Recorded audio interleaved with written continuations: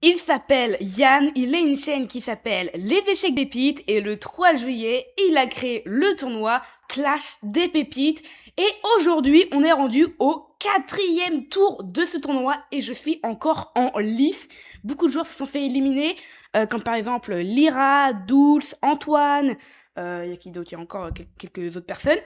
Et aujourd'hui pour cette 4e, pas, je vais pas dire ronde, mais tour, j'affronte ici Rookmoot qui est encore en lice. Et donc dans le winner bracket, il y a Skillcane qui nous attend, il est en finale.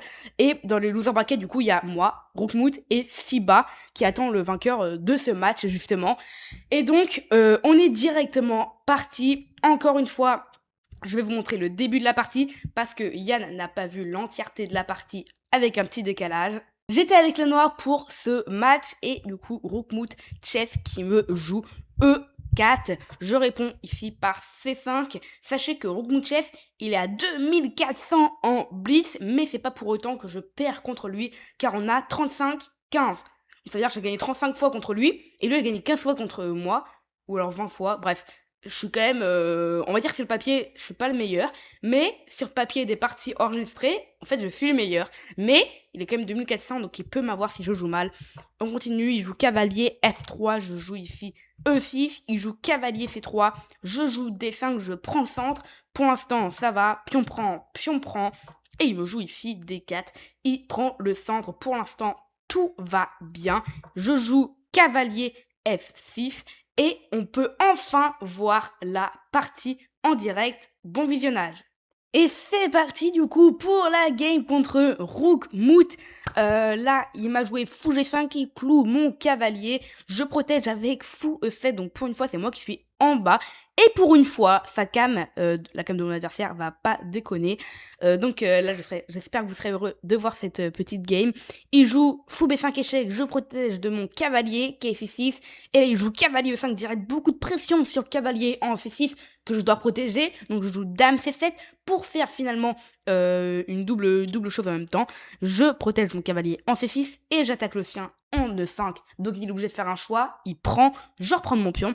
Et finalement, quand lui, il recule, s'en fout, je balance ici dame E5. Je vais le jouer juste après. Dame E5. Dame E5, échec, et je menace le fou. Donc il est obligé finalement de reculer son fou. Et quand il l'a fait, parce que l'état tracé est déjà mince, et quand il l'a fait, dac, D4. Je joue D4, et finalement, c'est une attaque double. Et les gars, je suis déjà très bien parti, parce que c'est impossible pour les blancs juste de sauver les deux pièces en même temps. Surtout que le fou est cloué, donc double, triple. Bref, donc là j'étais largement gagnant. Sauf que lui, il essaye de me faire chanter un petit peu. Il joue ici dame F3. Si je prends son fou, il joue dame prend C6. Et juste fourchette, et il attaque le roi et la tour. Il va gagner du matériel. Donc ici, je me dis, ok, est-ce que je joue petit roc? Est-ce que je joue tour C8? Est-ce que je cherche un coup plus agressif, comme par exemple fou D5? Je calcule. Et après, quand même, une dizaine de secondes, je me suis dit, ok, les centres, faut jouer. Parce que là, quand même, 2 minutes. Et je joue ici fou D5, j'attaque la dame. Et sur quai prend, je fais quai prend. Et en vrai, le cloche du fou, il n'y a plus d'attaque double, mais le cloche du fou, il est encore présent. Et c'était ça que je voulais. Lui, Rookmoot, il se dit quoi? Il se dit ok, qu'il prend. Et là, il cherche un moyen. Il se dit est-ce que je fais petit rock? Est-ce que je fais grand rock? Est-ce que j'ai pas un échec? En fait, il a pas d'échec et grand rock ou petit rock, bah dans tous les cas, je prends son fou. Donc là, j'étais largement gagnant. Il en vient du coup à se dire qu'il doit rocker le plus vite possible. Et du coup, c'est pour ça qu'il a joué ici le coup grand rock. Le coup grand rock. Ok, il met son roi à l'abri, pour l'instant ça va. Je veux moi aussi faire le petit rock, plutôt petit rock de ce côté-là. Donc j'ai pris son fou, il joue tour E1, petit rock. Il peut pas prendre sa tour, sinon j'ai qui prend tour. Donc il est obligé de reprendre son pion. Ou alors, oui, faire un coup alternatif à peu près. Il joue ici F prend E3. Je joue fou prend C5. Vous voyez, le pion que j'avais perdu au démarrage, bah là finalement je l'ai rattrapé. J'ai beaucoup plus de matériel, j'ai un +2. Il essaye de jouer dame H, enfin il le joue dame H3 et il attaque mon pion en H7. Donc là il y a mat au prochain coup si je fais rien. Donc forcément, moi en tant que 2200 quand même, je le vois. Et je réfléchis juste si je joue F5, H6, G6, peut-être cavalier F6, vous voyez, je sais pas trop. Et finalement, je joue ici G6. Je me protège du petit mat en achète avec sa dame et s'en fout. Et quand il contre finalement, parce que lui il veut prendre de l'espace, il veut pousser ses pions, donc il joue E4 pour attaquer mon cavalier, etc. Et moi je me dis, finalement, ça m'offre la case B4 ou F4. Donc je réfléchis, l'une des deux, je me dis, laquelle choisir. Et finalement, je me suis dit, ok, on va pas perdre de temps sur un coup aussi simple, on va dire. Donc on va jouer ici cavalier F4, on attaque la dame, on attaque le fou.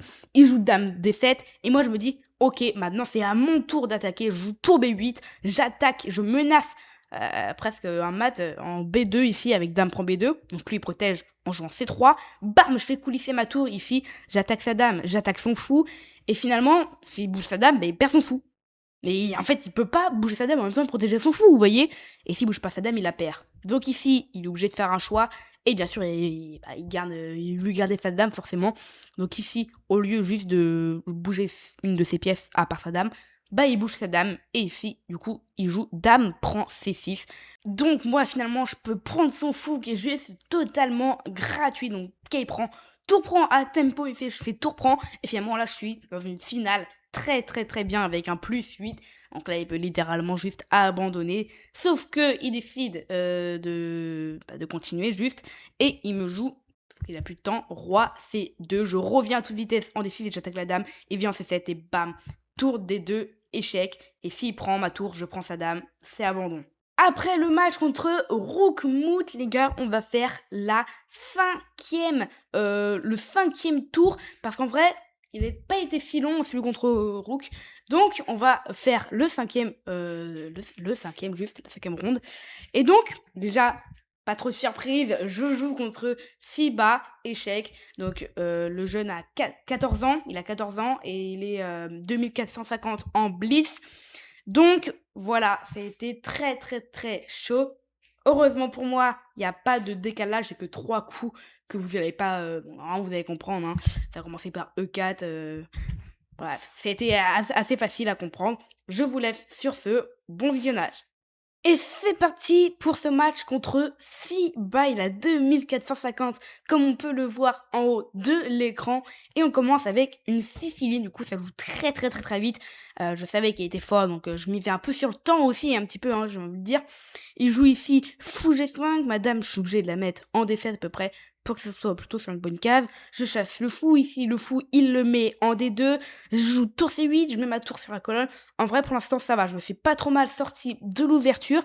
Et en plus j'ai cavalier à 5 et je vais venir sur une case très très très forte en avant-poste, la case C4. Donc c'est vraiment une très très belle case pour mon cavalier. Et du coup là j'étais plutôt confiant. Il pousse son pion en A4. Moi je me dis... Ok, en vrai, ça va. Je pense que je vais plutôt essayer de fermer les lignes. Donc, j'essaie de jouer B6 pour pas qu'il y ait de dame B1 qui attaque la dame. Et ici, il réfléchit encore un petit peu. Il a plus de 2 minutes 30. Moi, 2 minutes 32, il joue dame C1. Je pensais que c'était pour protéger le pion en C3. Donc, moi, je me dis, ok, le pion C3, il a l'air d'attaquer. Je joue dame C7. Sauf que là, ici, si bas, il a joué ici le coup. Impressionnant. Fou prend H6. Il a sacrifié son fou, donc moi je suis obligée de reprendre. Il reprend sa dame, et en fait finalement là, la position, je commence à la comprendre, je commence à me dire, attends, mais j'ai peut-être fait une bêtise là. J'ai peut-être fait une bêtise, dame C1, dame C7, c'était juste une gaffe en fait. Parce que là, il va venir avec son cavalier, il va peut-être me mater en achète. Donc là, je suis en train d'essayer de trouver une solution, et je perds en plus un petit peu de temps là en fait. Donc je suis en train de me dire, oh là là là là, je joue ici F6, il prend. Il avait carrément pré-mouvé, il est trop fort. Donc ici, moi, je suis obligée de faire un choix. Mon fou est attaqué. Bon, l'avantage, c'est que la colonne 7 est ouverte. La 7ème rangée est ouverte. Donc ça va. Mais mon fou est quand même attaqué. Donc je suis obligée de le défendre. Bim, il y a encore un tempo presque. Il joue ici cavalier G5. Il me laisse de faire des échecs. Donc, par exemple, F7 échec. Il fait toujours prendre mon fou. Dame H7 échec et mat. Je joue ici dame D7. Moi, je défends mon fou. Lui... il fait quoi? Il sacrifie. Non, je rigole, il sacrifie pas. Il échange juste, il fait cavalier, prend. Je reprends de ma tour. Donc, comme vous le voyez, la barre est toute blanche pour Siba. Juste là, Yann, il a eu un petit problème technique. Bref, je sais pas ce que ça fait, mais ça a quitté. Donc, il a dû recommencer. Et quand il est revenu, la partie était déjà à peu presque terminée. Donc, je vais juste vous montrer les coups que vous n'avez pas vus. Donc, ici, Siba a fait tour, prend E6. J'ai joué tour F7 parce que le problème c'est que sur dame prend tour, il y a juste dame G7, échec et mat, donc tour F7. Ici, lui, il double les tours. Moi, je me dis, ok, il va vouloir rentrer ici en UI, donc je suis obligé de jouer cavalier D6. Et ici, à la fin, il sacrifie sa tour, et sur dame prend tour, il y aura juste tour E8 échec, tour F8, et ou dame F8, et après l'échange, dame G7, échec et mat. Il m'a battu, GG à lui. Bon, bah du coup, ce tournoi est terminé pour moi. J'ai perdu dans le bracket loser, donc, enfin, loser bracket. Donc, bah, j'ai perdu. Je suis ici à la troisième place. Et je savais déjà, même avant que Siba et que Silkheim s'affrontent, parce que finalement, même s'ils s'affrontent, bah, quelqu'un va être deuxième et premier. Moi, en tout cas, je serai troisième. Rockmoonchef, il sera quatrième, etc., etc. Mais du coup, je suis quand même à la troisième place. Et quand Siba et Skillcam se sont affrontés, c'est Skillcam qui a gagné. Donc en fait, finalement, Skillcam, il a été battu 0 fois par personne. Alors en fait, il y avait quand même des gros joueurs. Il y avait Rookmoot, il y avait peut-être même moi, je sais pas, il y avait Siba. Donc voilà, il y avait beaucoup de joueurs. Mais quand même un grand GG à Skillcam du coup. Et merci forcément à Yann de la chaîne de Les Échecs Pépites. N'hésitez pas à aller voir son profil juste sur YouTube, Twitch aussi. Il fait beaucoup de live Twitch. Et ça se trouve, il va faire une deuxième édition du Clash des Pépites. Donc n'hésitez pas aussi à vous abonner à sa chaîne. Et sinon, nous, on se dit à très bientôt pour une nouvelle vidéo. Si vous voulez me soutenir, n'hésitez pas à rejoindre mon club sur Chesscom. Si ça s'appelle licence, vous allez juste aller sur Chesscom. Tout est gratuit. Chesscom, club, licence, vous allez me trouver.